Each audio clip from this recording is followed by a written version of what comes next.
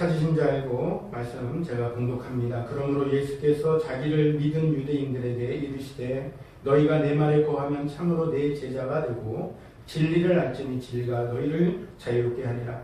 그들이 대답하되 우리가 아브라함의 자손이라 남의 종이 된 적이 없거늘 어찌하여 우리가 자유롭게 되리라 하느냐. 예수께서 대답하시되 진실로 진실로 너희에게 이르노니 죄를 공하는 자마다 죄의 종이라.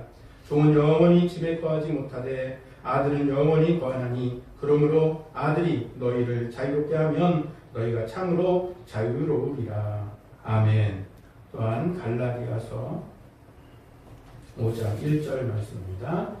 이 말씀 다 같이 말씀 봉독하겠습니다. 시작. 그리스도께서 우리를 자유롭게 하려고 자유를 주셨으니 그러므로 굳건하게 서서 다시는 종의 멍에를 매지 말라. 아멘. 말씀의 제목은 진리가 너희를 자유롭게 하리라 라고 하는 오늘 죄송합니다. 본문 말씀의 32절을 우리가 오늘 제목을 삼았습니다만 그 가운데서 오늘은 크게 두 단락으로 좀 나눠야 돼요.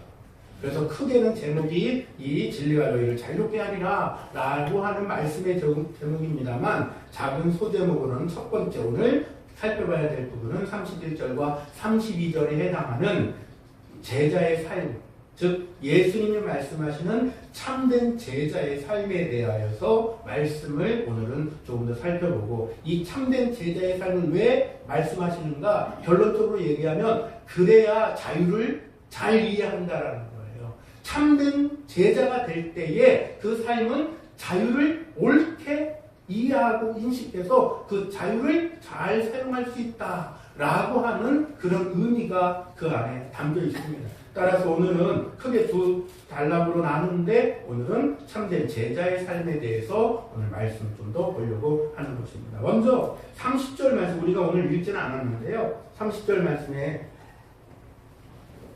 보면 이 말씀을 하심에 많은 사람이 믿더라 라고 한 다음에 31절로 그러므로 라고 하면서 그 구절의 연결을 우리가 볼 수가 있어요. 그러니까 지금 이 상황에서 어떤 일들이 일어났다는 것을 볼 수 있느냐면 예수님이 하신 이 말씀을 하심에 라고 하는 상황이 전개된 거예요. 앞부분에. 말씀을 하심에 많은 사람이 믿더라. 많은 사람이 믿더라. 그리고 31절에 보니까는 그러니까 믿었던 사람들이 많기 때문에 그래서 라고 하는 이야기죠. 그래서 그러므로 예수께서 자기를 믿은 유대인들에게 이르시되 그러니까 예수님이 왜 이런 얘기를 계속 이어갔는가를 알 수 있는 거예요. 왜 이어간 거예요? 많은 사람들이 믿더라. 그래서 예수께서 이르시되 자기를 믿은 유대인들에게 이르시되 라고 하는 말을 여기에 지금 연결로 딱 해놓은 거예요. 맥락상 예수님께서 하신 이 말씀을 잘 살펴보면 8장 우리가 1절에서 보면은 예수님께서 이 감람산으로 가시니라 한 다음에 아침에 다시 성전으로 들어오시니 라고 하는 장소의 개념을 딱 얘기하면서 한 사건이 일어나는데 우리가 잘 알고 있는 간음한 여인 그리고 돌로 치려는 자 그리고 그 사건을 통해서 예수님도 시험하려고 했었던 그 사건이 함께 복합적으로 일어났습니다.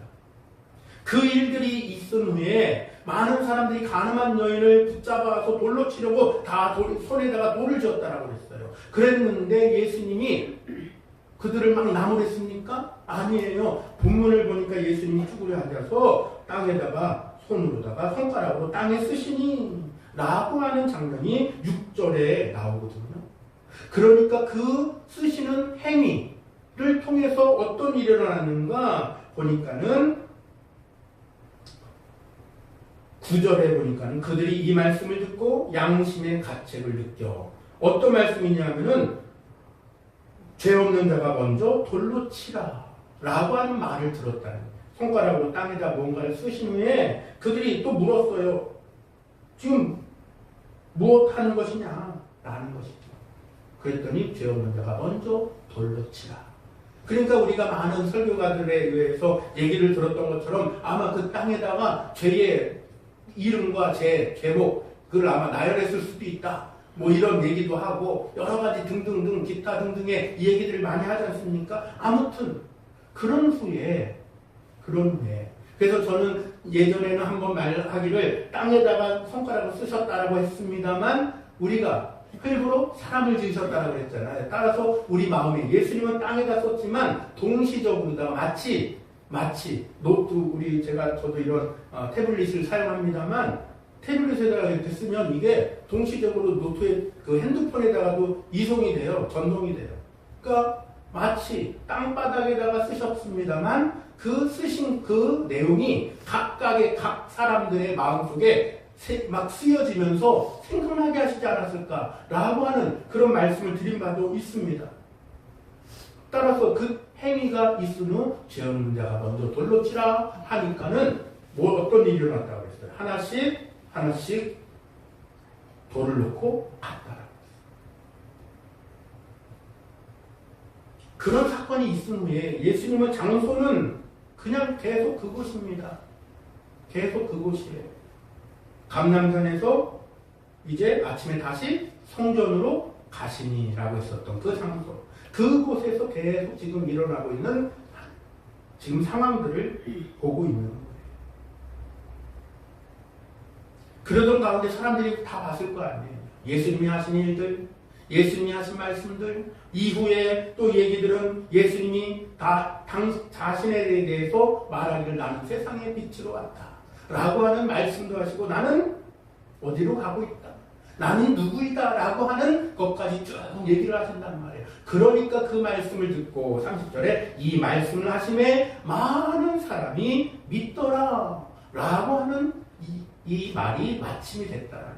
그리고 31절로 넘어가면서 연결이 되면서 그러므로 예수께서 자기를 믿은 유대인들에게 이르시되 그러니까 아무한테나 그냥 하신 것은 아니에요. 믿은 유대인들에게 믿은 유대인. 자, 그러면 어떻게 믿었느냐라고 하는 상태가 조금 궁금하시지 않습니까? 그래서 그 믿은 유대인들에게 더 적극적으로 이제 예수님은 말씀하시는 거예요. 믿었다라고 했으니까. 그래, 그럼 조금 더 적극적으로 내가 더 중심적인 얘기를 해봐야지. 라고 하는 마음도 드시지 않았을까 생각해 봅니다. 너희가 내 말에 거하면 참으로 내 제자가 되고. 이제 조금 더 적극적인 말씀을 하고 계시는 거예요. 너희가 내 말에 거하면 이 말씀을 듣고 그들이 많은 사람들이 믿더라라고 했으니까 이 말씀을 듣고 했으니까 예수님이 너희가 내 말에 거하면 참으로 내 제자가 되고 32절의 진리를 알지니 진리가 너희를 자유롭게 하리라. 매우 자연스러운 말씀이었던 거예요. 매우 자연스럽고 그 조금 더 그 진리를 알려주시고자 하는 예수님이 조금 더 상세하게 그 복음을 전파하시고 있는 모습들을 우리는 그 안에서 발견하게 됩니다. 근데 앞서 말씀드린 것처럼 믿었는데 상태가 조금 다를 수 있다고 했잖아요. 그러니까 이들의 아직 믿은 상태는 아직은 유아적 상태. 이제 믿긴 믿는데 이제 막 믿은 혹은 초신자 상태는 아니었을까? 혹시 1차적인 신앙 고백의 상태는 아니었을까를 우리가 또 한번 발견해 볼 수가 있습니다. 왜 그러냐면 조금 더 알려주고 싶은 마음에 예수님께서 하신 말씀을 듣고 그들이 보인 그 현상이 이상해요. 33절에 그들이 대답하되 그러니까 그 뒤에 어떤 말을 기대할 수 있어요. 감사합니다 라는 말을 우리는 일반적으로 기대해 볼 수 있잖아요. 그런데 그들이 대답하되 33절에 우리가 아브라함의 자손이라. 왜 여기서 갑자기 가쁜 뒤 애들이 말하는 거죠. 갑자기 왜 아브라함의 자손이라고 하는 말이 왜 튀어나왔을까 싶어요. 우리가 아브라함의 자손이라 남의 종이 된 적이 없거늘 어찌하여 우리가 자유롭게 되리라 하느냐. 이 사람들의 뭔가가 걸린 게 뭐였냐면 자유라고 하는 그 단어가 딱 걸려버린 거예요. 버튼이 빵 눌려진 거예요. 예수님께서는 그 특정 단어, 예수님이 하시고자 했었던 그 말씀은 자유에도 방점이 있습니다만 자유보다 진리에 더 방점이 있는 거예요. 왜요? 앞서서 어떤 얘기를 하셨다고 그랬어요. 내가 세상의 빛으로 왔다. 나는 누구다. 나의 가는 길은 이런 길이야. 라고 자기를 소개하신다고 그랬잖아요. 그러니까 방점을 찍는다고 한다면은 어디에 방점이 찍히는 거예요? 진리에 찍히는 거예요. 왜요?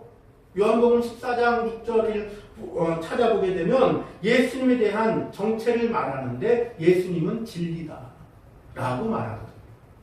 곧 진리가 너희를 자유케 한다 라는 말은 예수님 자신을 드러내시는 거예요. 그러니까 그 말씀대로라고 한다면 계속해서 지금 예수님을 소개하고 있고 나는 누구다? 나는 누구의 보냄을 받은 누구다? 아무개다? 라고 계속해서 말씀하시고 있다라는 것을 우리는 알 수가 있습니다만 당시 그 말을 들었었던 믿었던 유대인들 아직 얕은 상태 믿기는 믿었는데 그가 하셨던 행동과 그가 말씀을 나누셨던 모든 일들을 볼 때 너무 놀랍고 신비롭거든요. 사람들한테 뭐라고 막 꾸짖은 것도 아니에요. 그런데 갑자기 그들이 돌을 다 내려놓고 갔어요. 뿔뿔이. 그리고 그들에게 또한 주저없이 말씀을 하시는데 예수님은 또 말씀을 계속해서 이어나가시는 그 생명의 빛에 대해서도 설명하십니다. 예수님이 이 세상에 속하였고 또한 이 세상에 속한 것이 아니라 나를 보내신 아버지께 속하였다라고 하는 나의 가는 길은 이 길, 즉 구원하기 위한 길을 가고 있다 라고 하는 말씀을 쭉 소개할 때에 그 말씀을 듣고 그들이 믿었다라는 것을 본다면 분명히 예수님의 말씀, 즉 진리가 너희를 자유롭게 하리라 라고 하는 말에 갑자기 우리가 아브라함의 자손이라는 말이 왜 튀어나왔는지는 도대체 알기가 쉽지는 않아요. 근데 사실 조금 더 살펴본다고 한다면 그들은 우리가 한 번도 그 뒤로다 보면은 남의 종이 된 적이 없거늘이라고 얘기하거든요. 유대인들이 진짜 남의 종이 된 적이 없었나요? 아니에요. 오랜 세월 동안 그들은 종살이를 오래 많이 했어요. 속국으로 살았어요. 지금 그렇게 말하고 있는 그 시간도 로마의 속국으로 지금 있는 상태예요. 자유한 상태가 아니에요. 독립의 상태가 아니라는 거예요. 그런 걸로 봤을 때에 예수님의 말을 진정으로 잘 받기만 했으면 진리가 너희를 자유케 한다. 즉 진리가 누구인가를 알아들었다고만 한다면 이런 말을 할 일은 없을 텐데 못 알아들은 게 분명해요. 그러니까 신앙의 상태가 아직 초기의 상태, 유아 상태 그 단계를 벗어나지 못했다라고 보는 것이 아마도 타당하지 않을까 싶습니다. 그러니까 때때로는 말이죠. 그 단계별로 그 요구되어지는 바도 있고 단계별로 먹일 수 있는 것과 먹을 수 없는 것이 있기도 한 것 같습니다. 여하튼 오늘 우리는 32절까지만 좀 보려고 하는 거니까 그들은 그 예수님이 하신 진리를 알지니 즉 예수를 안다면 그리스도 보내신 바 되신 그리스도 메시아를 알면 진리가 너희를 자유롭게 한다. 36절에도 보니까 그래서 그러므로 아들이 너희를 자유롭게 하면 이라는 말씀을 했고 우리가 또 연이어서 봤었던 갈라디아서 5장 1절의 말씀에서도 뭐라고 말씀했다고 그랬습니까? 그리스도께서 우리를 자유롭게 하려고 자유를 주셨으니 그러니까 그 자유를 주는 본체가 누구라는 거예요? 그리스도시다 라고 하는 것이고 그러므로 굳게 서서 다시는 종의 멍에를 매지 말라 라고 하는 이 말은 너무나도 그들에게 은혜의 말씀이요 혹은 정치적으로 그들이 이해했다라고 하더라도 이제는 정치적인 의미로 받는다고 하더라도 말이죠. 로마의 속국으로부터 우리를 해방시켜서 완전하게 독립시키는 자유민주국가가 되게 만들겠다. 자유국가가 되게 만들겠다라고 하는 그러한 의미로서도 충분히 가능한 이야기란 말이에요. 근데 그렇게 하지 못합니다. 우리는 한 번도 남의 종이 된 적이 없다. 그렇다고 한다면 그들의 그 반응은 겉사람, 즉 육체를 입은 사람의 반응으로만 볼 수 있는 것만은 아니에요. 지난주에도 말씀드린 것처럼 그들은 영적 전쟁 가운데 있었다라는 사실도 우리는 여전히 우리가 배제하면 안 된다라는 것입니다.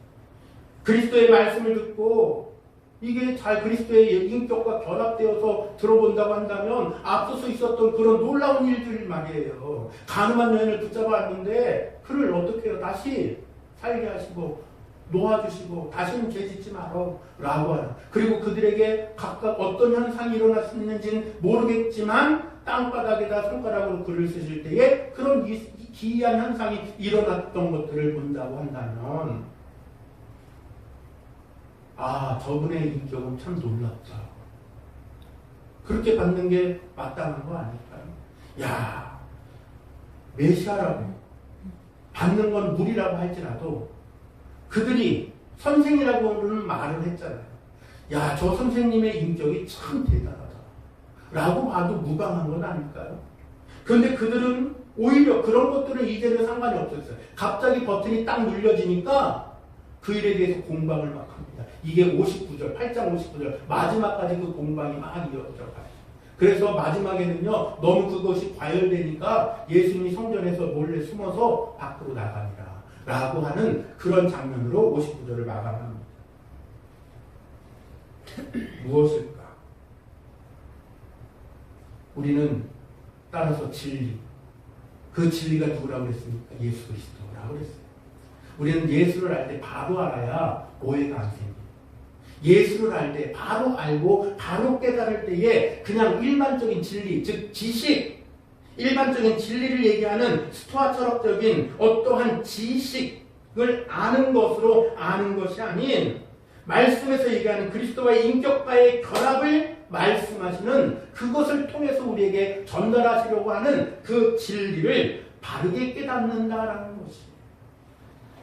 그 인격과의 그리스도의 인격과의 결합은 무엇을 알게 합니까? 그 진리는 사람을 구원의 길로 인도하는 것이다. 죄로부터 자유롭게 하는 것이고 나를 해방하시고 나를 회개케 하셔서 자유롭게 하는 은혜의 진리다 라는 것을 바로 깨닫게 한다라는 거예요.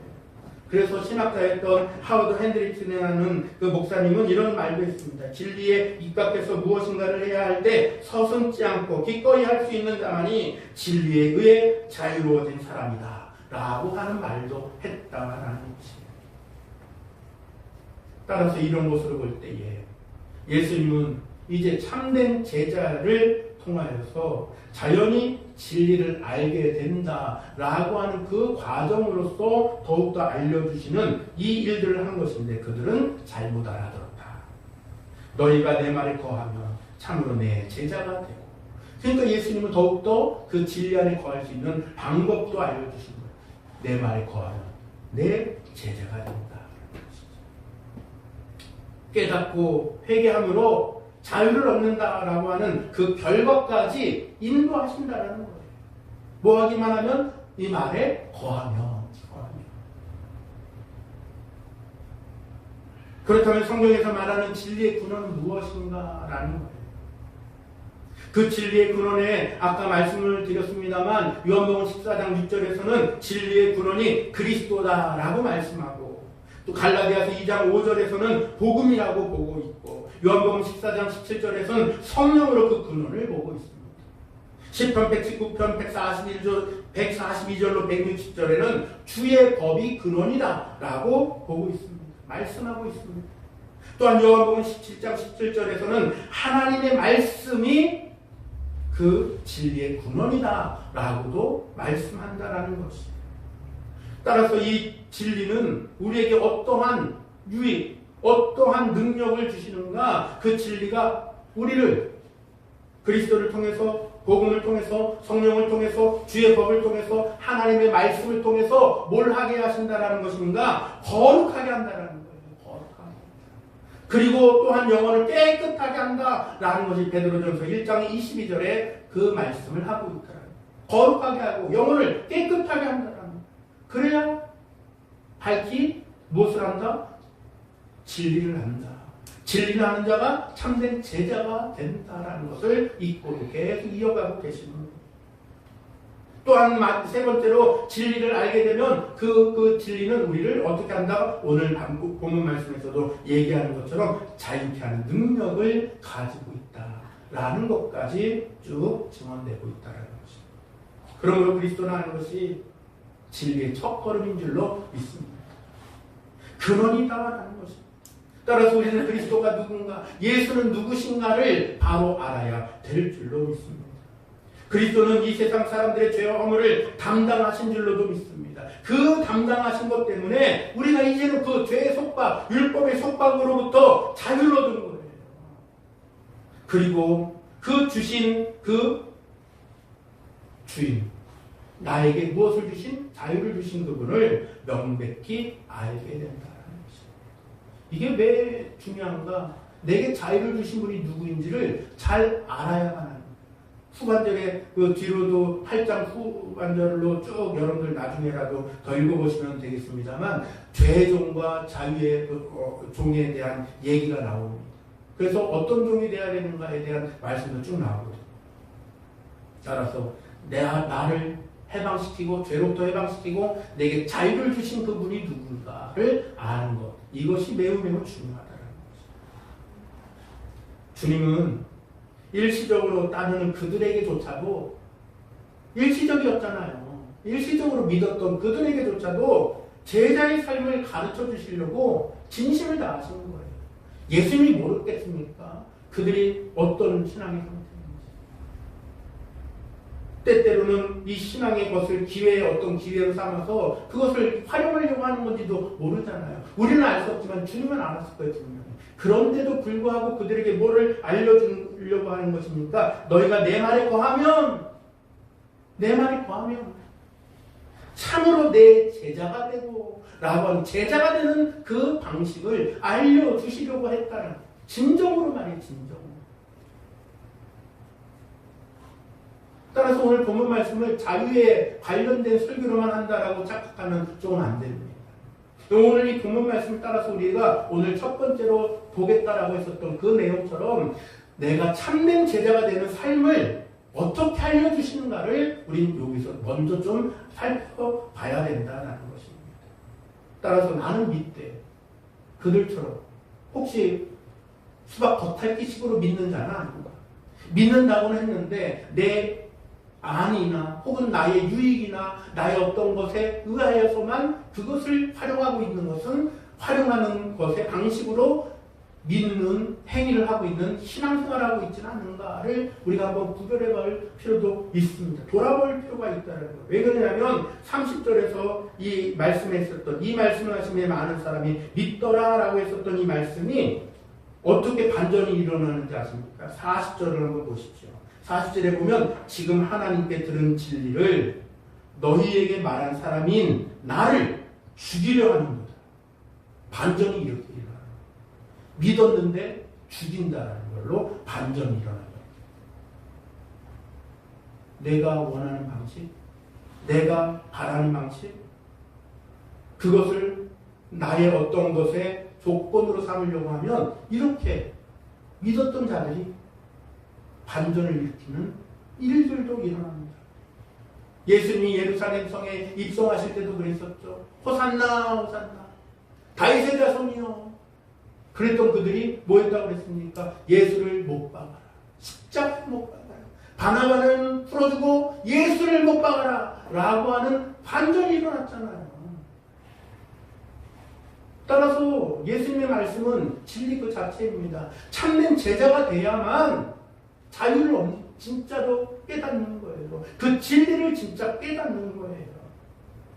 온전히 깨닫는다라는 것입니다.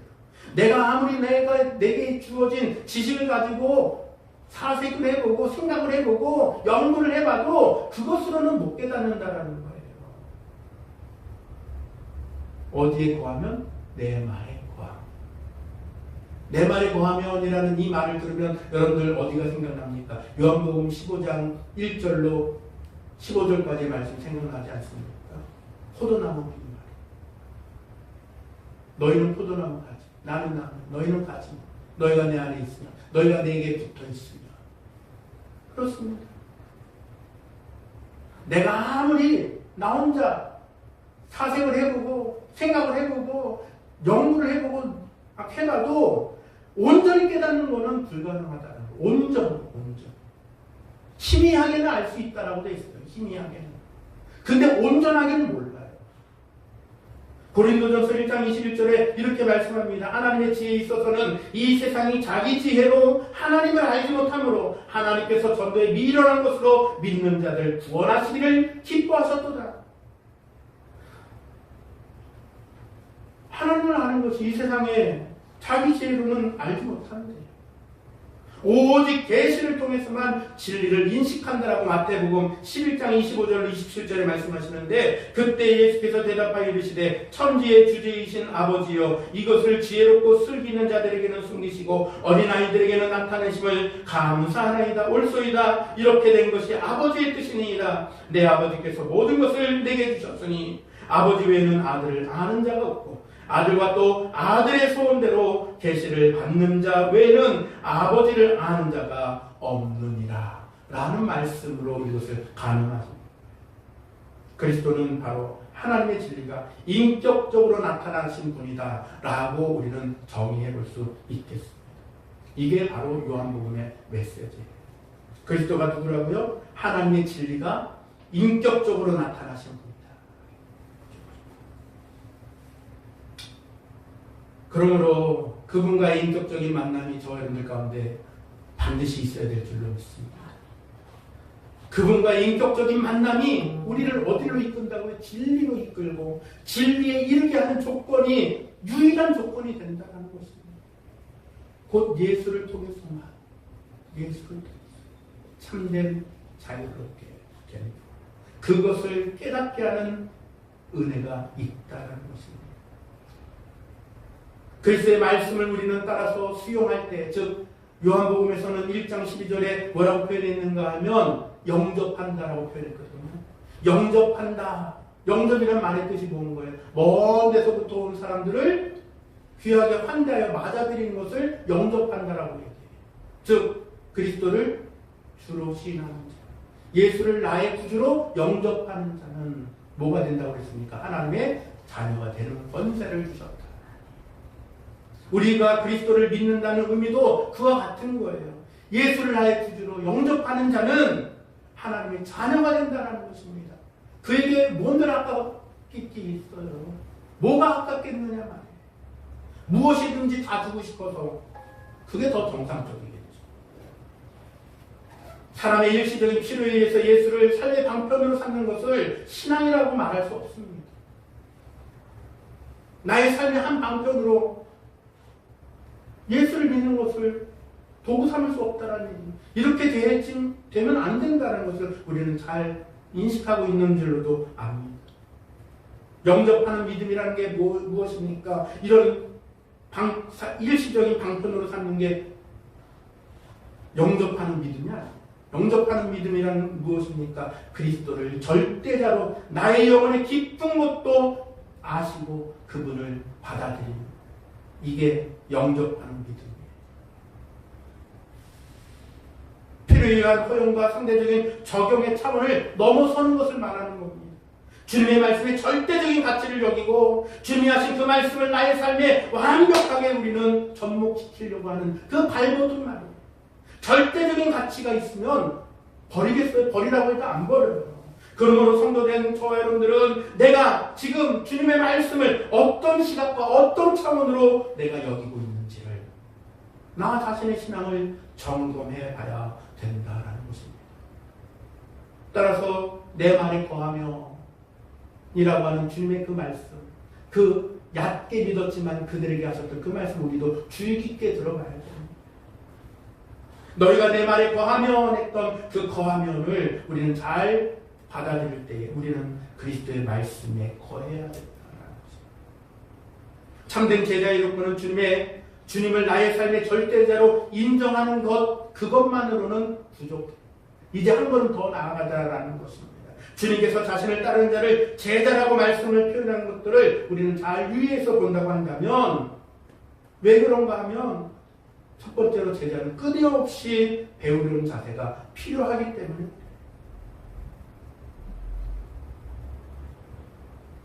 빌립보서 3장에 우리가 잘 아는 것처럼 푯대를 향하여 라고 하는 그 말씀, 3장 12절로 16절까지의 말씀 우리가 잘 알지 않습니까? 내가 이미 얻었다 함도 아니요 온전히 이루었다 함도 아니라 오직 내가 그리스도 예수께 잡힌 바 된 그것을 잡으려고 달려가느라. 형제들아, 나는 아직 내가 잡은 줄로 여기지 아니하고 오직 한 일, 즉 뒤에 있는 것은 잊어버리고 앞에 있는 것을 잡으려고 표대를 향하여 그리스도 예수 안에서 하나님이 위에서 부르신 부름의 산을 위하여 달려가라.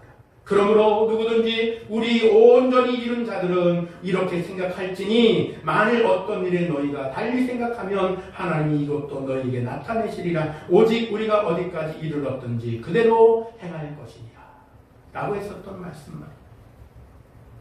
하나님은 자만하고 노력하지 않는 그런 사람보다, 그런 천재보다 겸허하고 늘 진리의 음성을 듣고자 애쓰는 마음을 열어놓는 그러한 조금은 부족해도 결점이 있어도 결함이 있는 자라도 그런 사람을 더 기뻐할 줄로 믿습니다.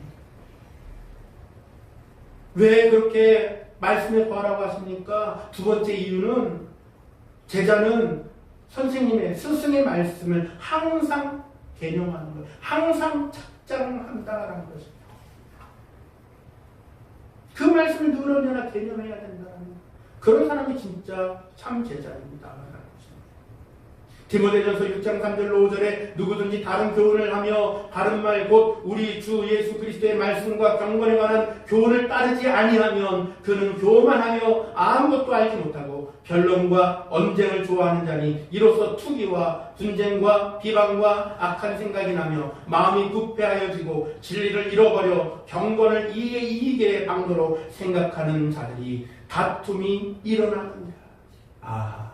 그래서 주님의 말씀을 늘 개념해야 된다라는 거구나 라는 것을 우리가 알게 되는 줄로 있습니다.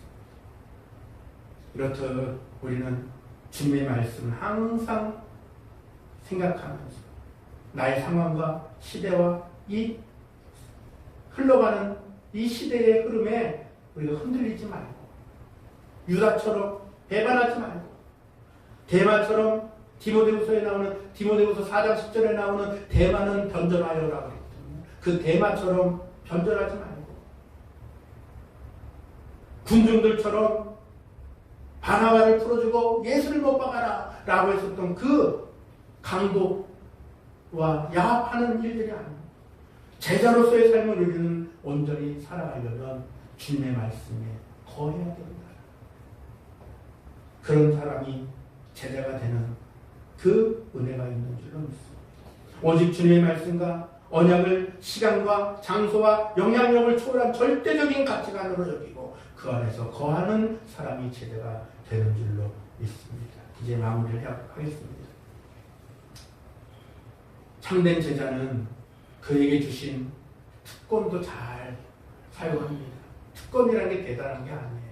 그 특권은 뭔가 하면 나를 죽이는 것이 특권, 자아를 내려놓는 것이 특권. 즉 오늘도 나는 죽는다, 날마다 죽는다.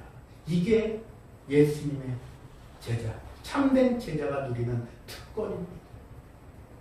자기중심적이었던 자아를 죽이는 것, 내려놓는 것, 이게 바로 예수님의 제자, 참된 제자의 삶의 특권인 줄로 믿습니다. 그런 사람은 삶에서 온갖 두려움이 온다 할지라도 나를 둘러싸고 나를 진치고 겁을 줘도 두렵지 않습니다. 나 자신에게조차도 종교적인 정죄감이나 불의의 세력들에 대한 두려움이나 괴상한 환경이나 죽음의 건너편 미지의 세계에 대한 공포조차도 우리를 두렵게 못한다라는 것. 그것으로부터 자유함을 얻는다라는 것. 이 모든 것은 그리스도 안에서 나타난 하나님의 사랑을 확신하는 성도들에게 이제는 그 공포의 대상, 공포의 어떤 것들은 흔적만 남고 사라질 것을 믿는 사람인지를 믿습니다. 그리스의 철학자였던 소크라테스가 하루는 친구와 함께 길을 가다가 아는 사람을 만났어요. 우리가 아는 사람 만나면 뭐 저 같은 경우는 안녕 하고 손바닥으로 손인사를 하기도 하거든요. 그런데 뭐 그때 소크라테스가 안녕하고 하지는 않았을 것 같고 그 아는 사람을 만나니까 소크라테스가 공손히 인사를 했다고 해요. 그러자 그 다가오던 사람이 무슨 뭐 일이 있었는지 모르겠는데 상대가 교만불손하게 답례도 안 하고 이러면서 턱을 착 치켜 세우면서 지나가더라는 거예요. 그러니까 소크라테스랑 같이 동행하던 친구가 그 모습을 보고서 되려 자기가 더 화가 났습니다. 저런 무례한 자를 만나 이런 하면서 말이죠. 그랬더니 그때 소크라테스가 잠깐만 하면서 오히려 그 친구를 태연하게 달래더라는 거예요. 그리고 이렇게 얘기하더랍니다. 이복에 그대는 설령 외모가 추한 사람을 만났다고 해서 화내는 일이 없지 않나? 그렇다면 마음이 추한 사람을 만났다고 해서 그렇게 노할 필요가 없지 않겠는가? 라고 하는 말을 했다라는 거예요. 맞는 말인 것 같습니다. 진리 안에서 자유로운 자는 하고 싶은 것을 마음대로 하는 자가 아니라 진실을 외쳐야 할 때 망설이지 않고 과감하게 부르짖을 줄 아는 그 사람이 진리가 너희를 자유케 하리라 라고 하는 그 자유를 참으로 이해한 사람인 줄로 믿습니다.